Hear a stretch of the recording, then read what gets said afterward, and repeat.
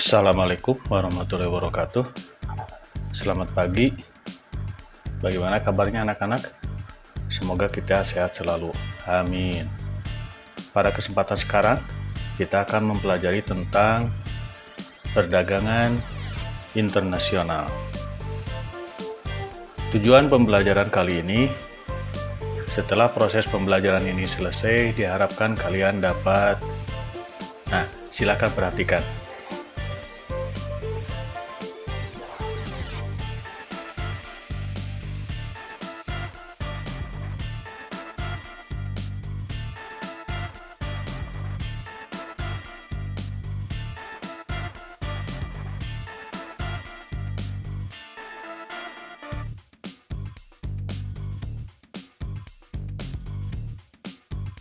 Baiklah, sekarang kita mulai.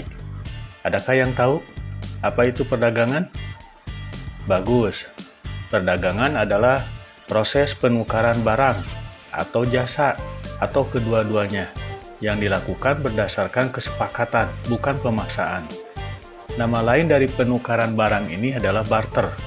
Pasti kalian sering melihat orang yang melakukan proses perdagangan atau jual beli di sekitar kalian, baik di warung, pasar, atau yang lainnya. Nah, sekarang kita akan membahas tentang perdagangan internasional. Kalau begitu, apa yang maksud dengan perdagangan internasional? Bagus. Perdagangan internasional adalah proses pertukaran barang atau jasa, atau keduanya, yang dilakukan oleh dua negara atau lebih, dengan tujuan utamanya untuk mencari keuntungan atau laba. Misal Indonesia melakukan perdagangan dengan Singapura, atau Malaysia, atau Inggris, atau dengan yang lainnya. Dalam perdagangan internasional dikenal istilah ekspor, yaitu menjual atau mengirim barang atau jasa ke negara lain. Negara pelakunya disebut eksportir. Dan juga dikenal istilah impor, yaitu membeli atau mendatangkan barang atau jasa dari negara lain. Negara pelakunya disebut importir. Itulah arti dari perdagangan internasional. Sekarang kita lihat tentang faktor penyebab terjadinya perdagangan internasional. Ada beberapa hal yang menyebabkan terjadinya perdagangan internasional. Di antaranya yaitu 1. Perbedaan sumber daya alam yang dimiliki oleh setiap negara. Sumber daya alam yang dimiliki oleh setiap negara tidak sama, sehingga bisa mengakibatkan adanya perbedaan hasil produksi. Misal, antara Indonesia dengan Arab Saudi. Indonesia bisa menghasilkan kayu dari hutan, tapi tidak bisa menghasilkan buah kurma seperti di Arab. Akibatnya, terjadilah perdagangan antara Indonesia dengan negara Arab Saudi. Begitu pula dengan negara lainnya. Faktor berikutnya yaitu 2. Perbedaan tingkat kualitas sumber daya manusia. Setiap negara memiliki sumber daya manusia atau penduduk yang berbeda kualitasnya. Ada yang berkualitas tinggi, ada pula yang berkualitas rendah. Pada umumnya, negara yang sudah maju memiliki sumber daya manusia yang berkualitas tinggi. Beda dengan negara berkembang atau negara yang tidak maju.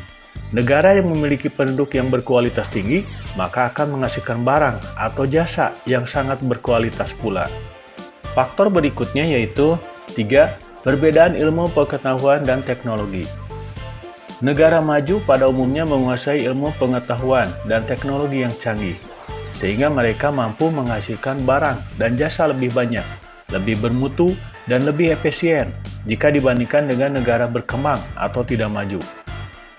Namun demikian, negara maju butuh wilayah atau negara untuk memasarkan hasil produksinya, sedangkan negara berkembang butuh barang yang berkualitas tinggi. Akibatnya, terjadilah perdagangan antar negara atau perdagangan internasional. Faktor berikutnya yaitu 4. Perbedaan budaya suatu bangsa. Budaya suatu bangsa akan menjadi ciri khas tentang bangsa itu. Misalnya budaya dari Indonesia, yaitu batik dan seni ukir. Kemudian dari Cina, budaya pembuatan keramik dan teknologinya. Begitu pula dengan negara Jepang, Korea, Inggris, Mesir, dan yang lainnya. Perbedaan budaya inilah bisa mengakibatkan terjadinya perdagangan internasional. Faktor berikutnya yaitu 5. Perbedaan selera atau kebutuhan tiap negara. Perbedaan harga barang, perbedaan upah, dan perbedaan biaya produksi. Itulah beberapa faktor yang menyebabkan terjadinya perdagangan antar negara atau perdagangan internasional. Berikutnya kita lihat tentang manfaat perdagangan internasional. Pada umumnya, manfaat dari diadakannya perdagangan adalah untuk mencari keuntungan, baik bagi yang menjual ataupun bagi yang membeli. Namun dari itu, masih banyak manfaat dilaksanakannya perdagangan internasional. Berikut adalah manfaat perdagangan internasional. Silakan perhatikan dengan teliti.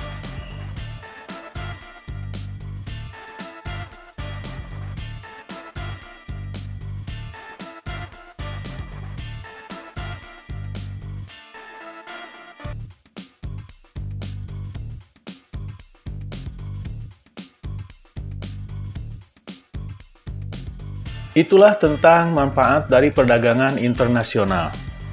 Sekarang kita lihat tentang hambatan dalam perdagangan internasional. Ada beberapa hambatan dalam pelaksanaan perdagangan internasional, di antaranya seperti bea masuk yang tinggi. Nama lain bea yaitu tarif, yang berarti pajak terhadap barang impor atau ekspor antar negara berdaulat. Semakin tinggi pajak atau tarif yang diberlakukan, maka akan bertambah mahal harga barang atau jasa dalam perdagangan. Dan ini akan berpengaruh terhadap kelancaran sebuah perdagangan, termasuk perdagangan internasional. Hambatan berikutnya yaitu adanya proteksi. Proteksi adalah perlindungan. Dalam hal ini, yaitu kebijakan dari suatu negara untuk melindungi produk dalam negeri. Maksud diadakannya proteksi adalah untuk melindungi para pengusaha dalam negeri. Misalnya, pemerintah Indonesia meningkatkan pajak atau bea terhadap kain yang diproduksi oleh bangsa Cina. Dengan demikian, yang ada di dalam negeri menjadi lebih murah, dan ini akan membantu pengusaha kain yang di dalam negeri Indonesia. Hambatan berikutnya yaitu adanya kuota. Kuota artinya yaitu jatah, batasan, atau jumlah yang ditentukan. Dalam hal ini artinya adalah kebijakan dari suatu pemerintah untuk membatasi jumlah ekspor dan impor terhadap suatu barang atau jasa. Dengan adanya kebijakan pembatasan ini akan menghambat terjadinya perdagangan internasional. Misalnya, Indonesia membatasi impor beras dari Vietnam, karena rakyat Indonesia juga banyak yang menjadi petani penghasil beras. Hambatan berikutnya yaitu adanya politik dumping. Yang dimaksud dengan politik dumping adalah politik dagang yang menetapkan harga jual di luar negeri lebih rendah dari harga normal. Tujuan dumping adalah untuk meningkatkan pangsa pasar di luar negeri, sehingga diharapkan bisa menambah devisa atau pendapatan negara. Hambatan berikutnya yaitu pertentangan politik. Pertentangan bisa diartikan perselisihan. Pertentangan suatu negara dengan negara yang lain bisa disebabkan oleh berbagai faktor. Bisa karena perselisihan pembatasan wilayah, bisa karena suatu paham, atau karena faktor yang lainnya. Dengan adanya perselisihan ini mengakibatkan tidak baiknya atau tidak harmonisnya hubungan antar negara tersebut, dan ini menjadi penghambat dalam perdagangan internasional. Hambatan berikutnya yaitu peperangan. Peperangan sangat jelas akan menghambat terjadinya perdagangan internasional, karena dengan adanya perang sangat sulit untuk melakukan aktivitas, apalagi bila berhubungan dengan negara lain. Kita semua tidak suka peperangan, kita semua sangat mencintai perdamaian. Itulah materi tentang perdagangan internasional. Sehebat apapun sebuah negara pasti memiliki kekurangan dan pasti butuh negara lain. Sama halnya dengan kita. Sehebat apapun kita pasti membutuhkan orang lain. Karena kita merupakan makhluk sosial, makhluk yang butuh orang lain dan tergantung sama orang lain. Demikian materi kali ini. Semoga bermanfaat bagi kita semua. Amin.